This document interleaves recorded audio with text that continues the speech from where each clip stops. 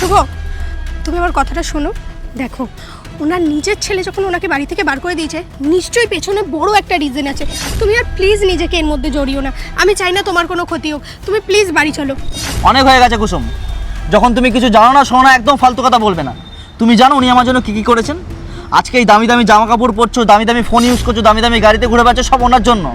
আজকে যদি উনি না থাকতো এসব কিছুই হতো না। মানে আমি কিচ্ছু বুঝতে পারছি না। জানো না তো? তাহলে বলি শোনো। একটা সময় পড়াশোনা শেষ করার পর যখন চাকরির জন্য চারিদিকে ঘুরে বেড়াচ্ছি, পকেটে 10টা টাকা নেই, তখন এই মা আমাকে ডেকে বলে যে বাবা, তোকে চাকরি করতে হবে না, তুই ব্যবসা কর। আর সেই ব্যবসা করার জন্য তখন আমাকে টাকা কোথা থেকে দিয়েছিল জানো? নিজের গয়না, নিজের জমি, নিজের কাছে যা যা ছিল সমস্ত কিছু বিক্রি করে দিয়ে আমাকে টাকা দিয়েছিল, যাতে আমি ব্যবসা করে দাঁড়াতে পারি। আর আজকে দেখো ওনার কাছে কিছু নেই, আজকে উনি চায়ের দোকানে কাজ করে। আর সত্যি এই সমস্ত কিছু পরেও তুমি বলছো ওনাকে আমি মা বলবো না? একবার ভেবে দেখো তো।